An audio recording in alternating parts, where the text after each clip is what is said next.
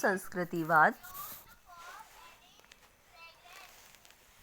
हमें अलग अलग क्षेत्र के हिसाब से हमें अलग करता है। हर जगह पर अपनी अलग अलग संस्कृतियां पाई जाती हैं।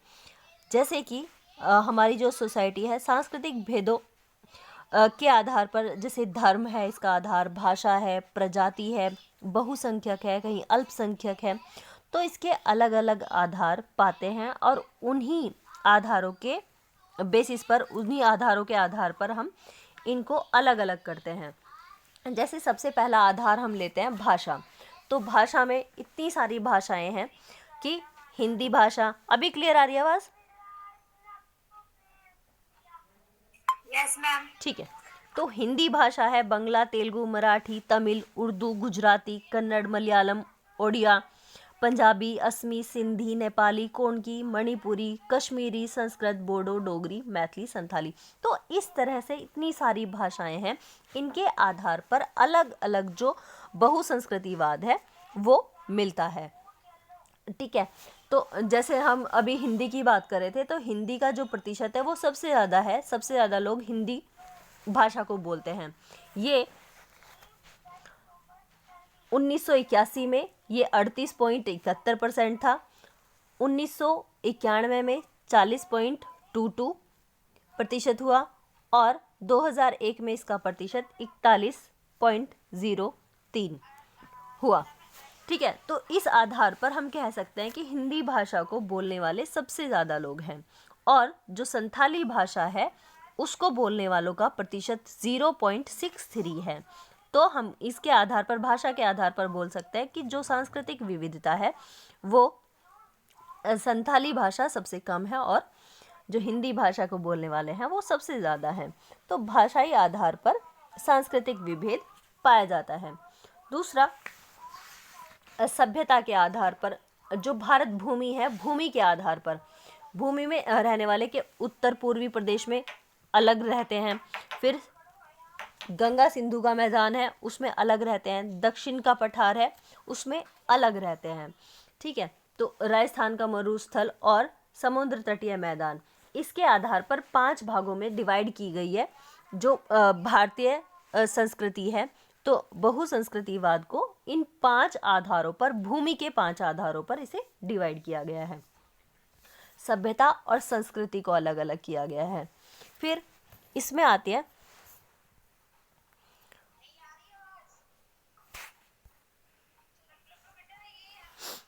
एक सेकेंड, बहुसंस्कृतिवाद की परंपराएं। बहुसंस्कृतिवाद की अवधारणा और अर्थ, बहुसंस्कृतिवाद की परंपराएं।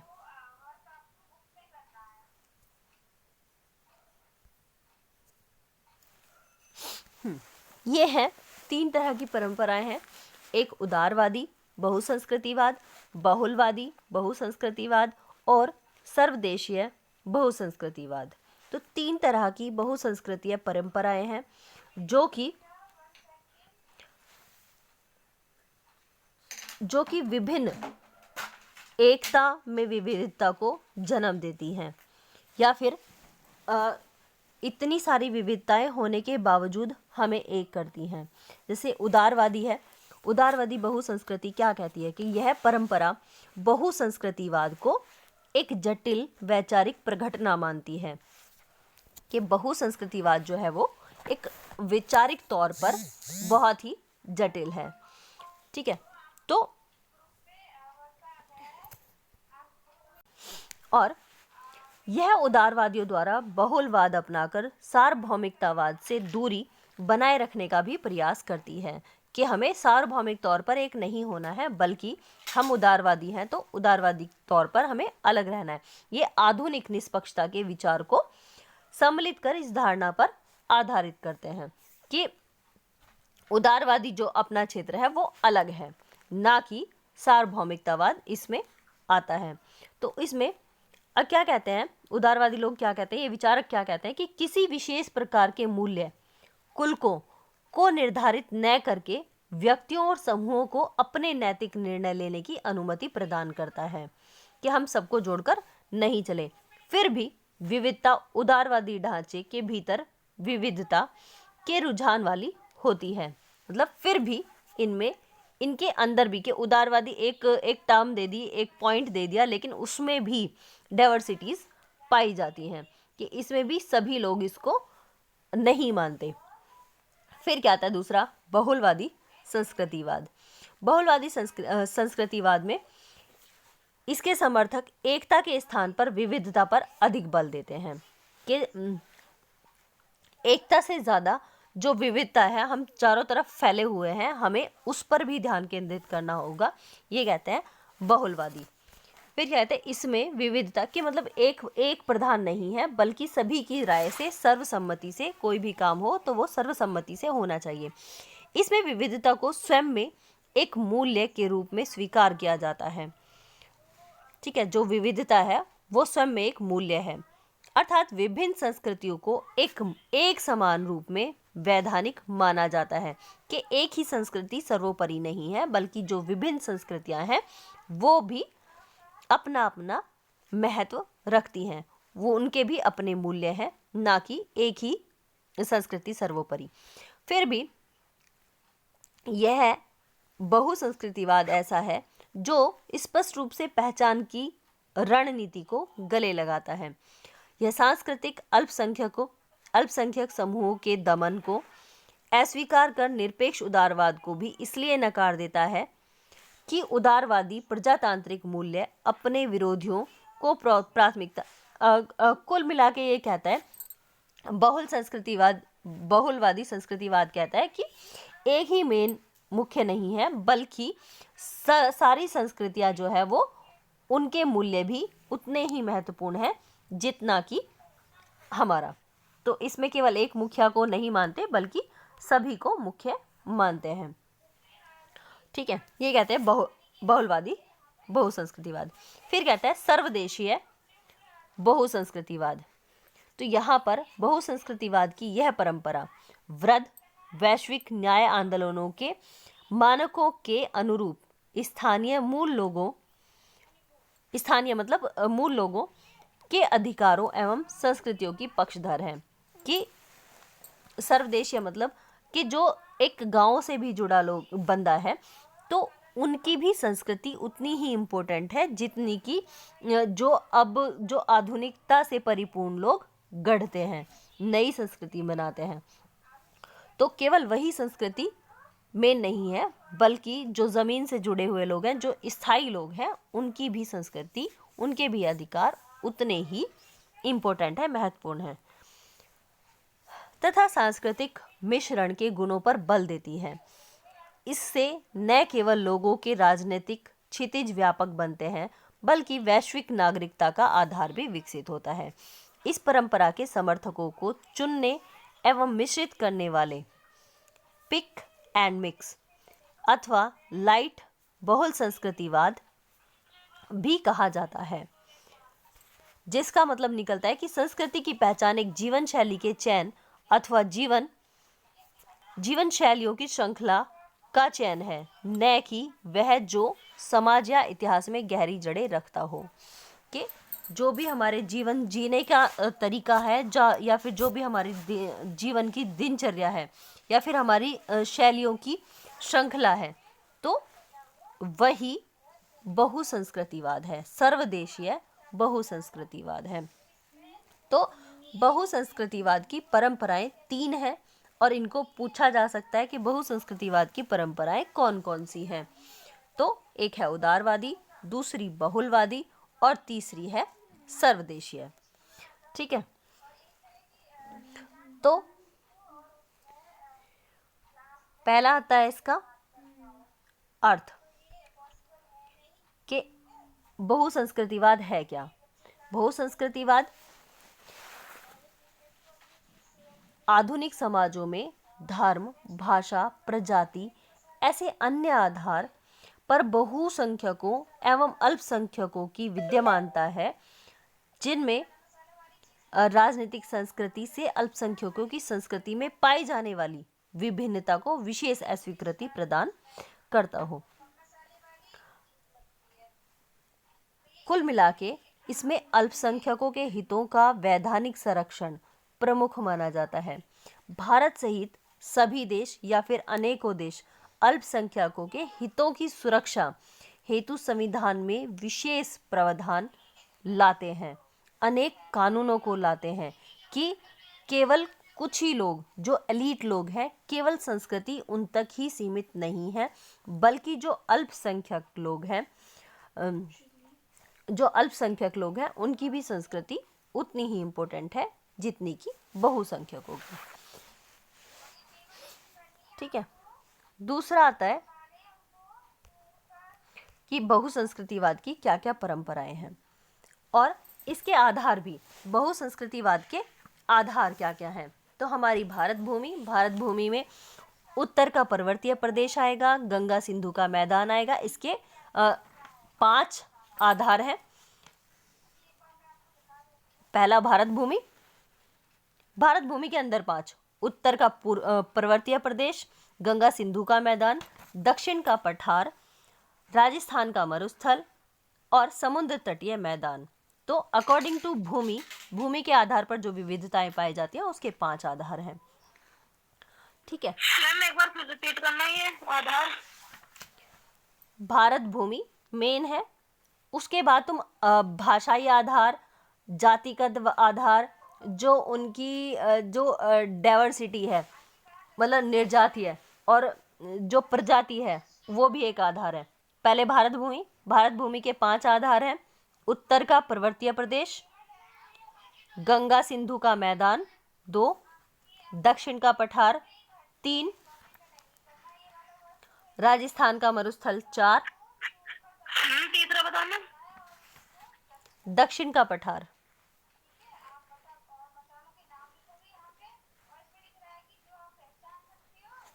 हो गया।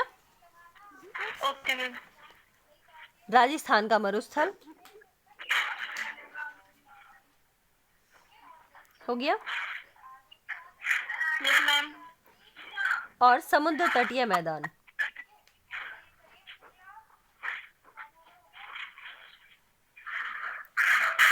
ठीक है। इसमें आप लोग इसको बहुसंस्कृतिवाद को समझाने से पहले आप इन 2 चीजों को भी क्लियर कर सकते हैं कि बहु क्या है, मतलब कि मल्टी, मतलब कि अनेक। ठीक है। तो अनेक और संस्कृतिवाद, अभी हमने संस्कृति पढ़ी थी, तो संस्कृति क्या है? मानव निर्मित भाग है। ठीक है। संस्कृति क्या है? लोगों के जीवन जीने का एक तरीका है, ढंग है, जो कि मजूमदार मदान कहते हैं। तो जब हम संस्कृति को क्लियर कर लेते हैं और बहु को, मतलब कि अनेक संस्कृतियों को क्लियर कर लेते हैं, ये है अनेक संस्कृतियां, बहु संस्कृतिवाद। ठीक है। तो अनेक हमें पता है कि अनेक तरह की संस्कृतियां होती हैं, तो उससे हम किस किस को जोड़ पाएंगे? और संस्कृति जो भी हम बनाते हैं, जो भी हमारे द्वारा बनाई गई है, वो सारी संस्कृतियां होती हैं। फिर इसके आधार हो गए, एक तो हमारा किससे जुड़ा हुआ? भारत भूमि से जुड़ा हुआ, उसके 5 पार्ट बता दिए मैंने। फिर उसकी सांस्कृतिक विविधता जो है वो एक होता है भाषाई आधार। इसको नोट डाउन कर लो चाहे, भाषाई आधार।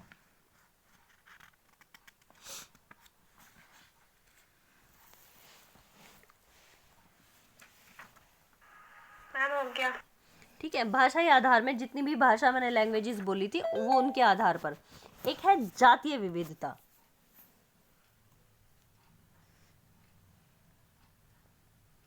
इनमें भी अभी तुम्हारा केवल बीए का है, तो बीए में बहुत ज़्यादा नहीं खोलेंगे, नहीं तो इन चीज़ों को भी डिवाइड कर देते कि जाति के कितने आधार हैं, फिर भाषा के कितने आधार हैं। तो इनसे भी डाइवर्सिटी निकल कर आती है। अब इसकी विशेषताएं, बहुसंस्कृतिवाद की विशेषताएं।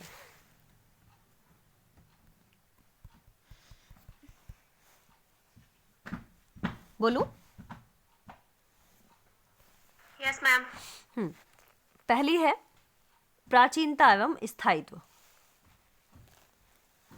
जितनी भी हमारी संस्कृति है आसपास, वो कुछ बहुत पुरानी है, कि प्राचीन रोमन या फिर यूनानी धर्मों से ली हुई है और आज को जोड़ती है। प्राचीन एवं स्थायित्व। जो कि मिस्र, सीरिया, बेबीलोनिया, यूनान, रोम और भारत की संस्कृति जो है वो अधिक से अधिक प्राचीन है और इन्हें आधुनिकता से धीरे धीरे जोड़ा गया है। क्योंकि पहले क्या था कि ग्राम पंचायत थी, जाति प्रथा थी, संयुक्त परिवार की प्रणाली थी, अध्यात्मवाद था, प्रकृति पूजा थी, पतिव्रता वो था, व्रत लेती थी औरतें, धर्म थे, पुनर्जन्म की कहानी थी, सत्य, अहिंसा, कि अगर किसी ने श्राप दे दिया तो वही सत्य हो जाता था। तो इस तरह की जो प्राचीनतम संस्कृतियां हैं वो चली आ रही हैं।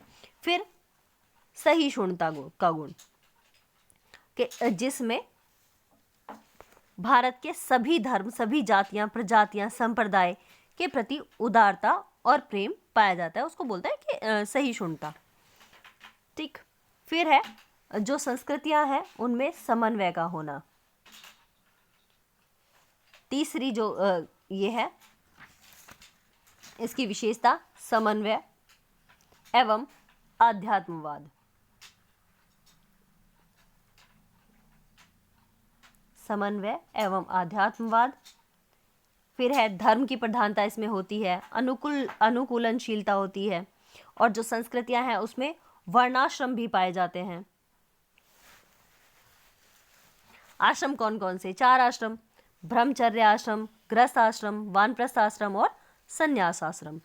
ठीक है, जिसके आधार पर किसका जो आश्रम है, इनके 4 उद्देश्य, मानव के 4 पुरुषार्थ बताए गए हैं, धर्म, अर्थ, काम, मोक्ष, जिनके आधार पर मनुष्य अपने जीवन जीने की जो प्रक्रिया है उसको पूरा करता है। फिर कर्म है, कर्म एवं पुनर्जन्म का सिद्धांत है,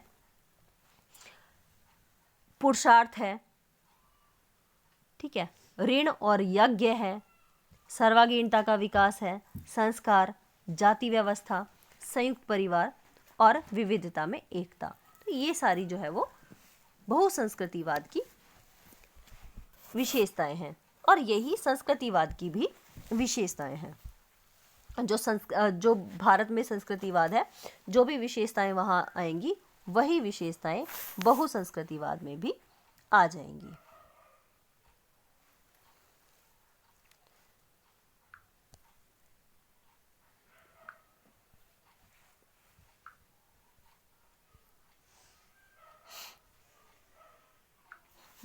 अब आता है बहुसंस्कृतिवाद और बहुलवाद, इन दोनों में क्या अंतर है? अंतर के कुछ पॉइंट्स दिए हुए हैं, बस उनको क्लियर कर लेते हैं कि बहुसंस्कृतिवाद में किसी एक प्रबल समूह होने की पूर्व शर्त नहीं होती, कि एक समूह जो है वो प्रबल होगा तो इसकी कोई शर्त नहीं होती, बल्कि बहुसंस्कृतिवाद को अपनाया जाता है। इसका जो विभिन्न सांस्कृतिक समूह है उनका सह अस्तित्व, उनके सह अस्तित्व पर आधारित इसकी अवधारणा है, जबकि बहुलवाद में कोई एक संस्कृति समूह प्रबल होता है, जबकि अन्य संस्कृति जो समूह है उसके आसपास वाले वो अल्पसंख्यक होते हैं, कि सारे अल्पसंख्यक जो समूह हैं वो बहुलवाद को बनाते हैं। ठीक है, तो बहुलवाद में ये है, और बहुसंस्कृतिवाद में कोई एक नहीं है बल्कि सभी बराबर हैं। दूसरा पॉइंट आता है, बहुसंस्कृतिवाद उस संकीर्ण परिप्रेक्ष्य का परिणाम है जो संयुक्त राज्य अमेरिका में विद्यमान प्रजातियों एवं सांस्कृतिक विविधता के कारण असफल हो गया था। ठीक है, जो संयुक्त राज्य अमेरिका में विद्यमान प्रजातीय एवं सांस्कृतिक विविधता, जो वहां पर प्रजातीय और सांस्कृतिक विविधता है, उसमें जो असफलता है उसके कारण बहुसंस्कृतिवाद संकीर्ण परिप्रेक्ष्य का परिणाम है, जबकि बहुलवाद की उत्पत्ति राजनीतिक संदर्भ में हुई। कहते हैं ना वो कि राज्य को सर्वोपरि नहीं मानना चाहिए, बल्कि उसकी जो सारी छोटी छोटी इकाइयां हैं उनसे भी आग्रह करके, सलाह लेके या फिर उनके भी सहयोग से काम करने चाहिए।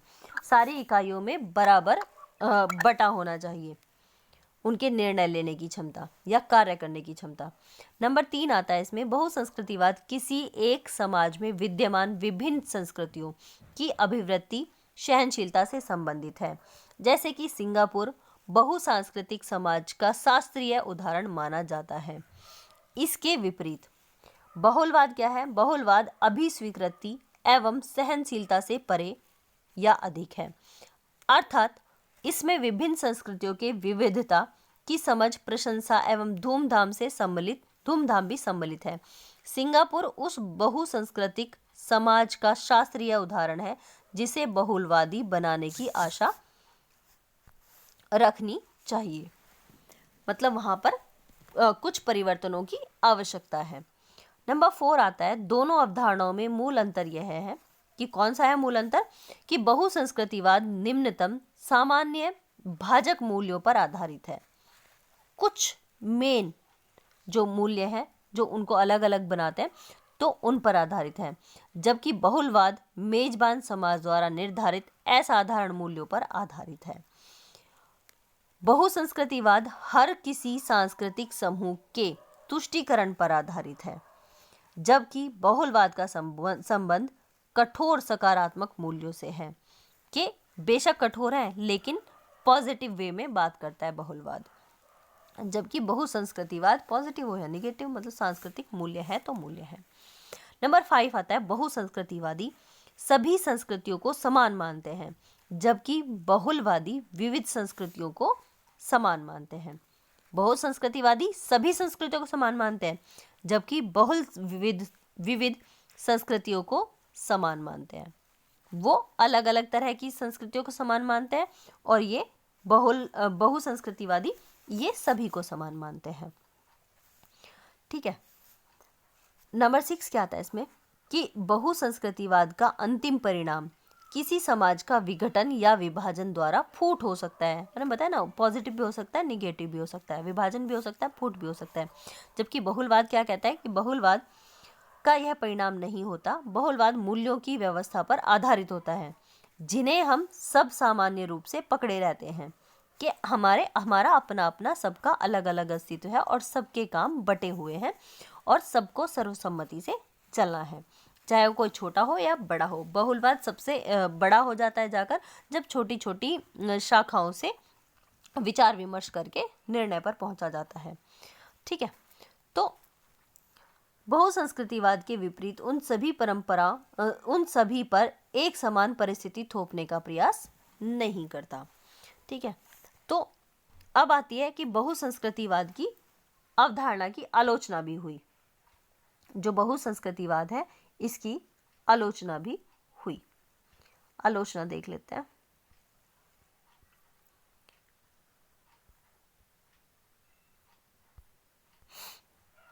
एक सेकेंड। आलोचना क्या है? अनेक सिद्धांतकार ये मानते हैं कि इसमें विभिन्न संस्कृतियों के समूहों में स्वीकृति हेतु प्रतियोगिता को प्रोत्साहन मिलता है। जब एक दूसरे से आगे बढ़ने की होड़ होती है कि मेरी संस्कृति अच्छी, मेरी संस्कृति अच्छी, मेरी संस्कृति अच्छी, कि सभी को मौका दिया जाता है, तो जिससे पहले से प्रबल संस्कृति की प्रभुता में वृद्धि होती है। कि कई बार देखा होगा आपने टीवी पर ना कई तरह के प्रोग्राम्स दिखाए जाते हैं कि साईं बाबा के प्रोग्राम चल रहे हैं तो साईं बाबा के चल रहे हैं, जय हनुमान चल रहा है तो जय हनुमान चल रहा है। तो मतलब उन चीज़ों को प्रमोट किया जाता है कि जिस तरह की संस्कृति वो चलाना चाहते हैं। तो कई बार जब चीज़ें हम बार बार देखते हैं तो वो हमें इफ़ेक्ट करती है। जैसे मूवीज़ में है, मूवीज़ में अधिकतर एक हिस्से को बहुत अच्छा दिखाया जाता है और एक को बहुत ख़राब दिखाया जाता है। जैसे सीरियल्स में बन रहा है, खैर उनकी तो बात ही नहीं करते।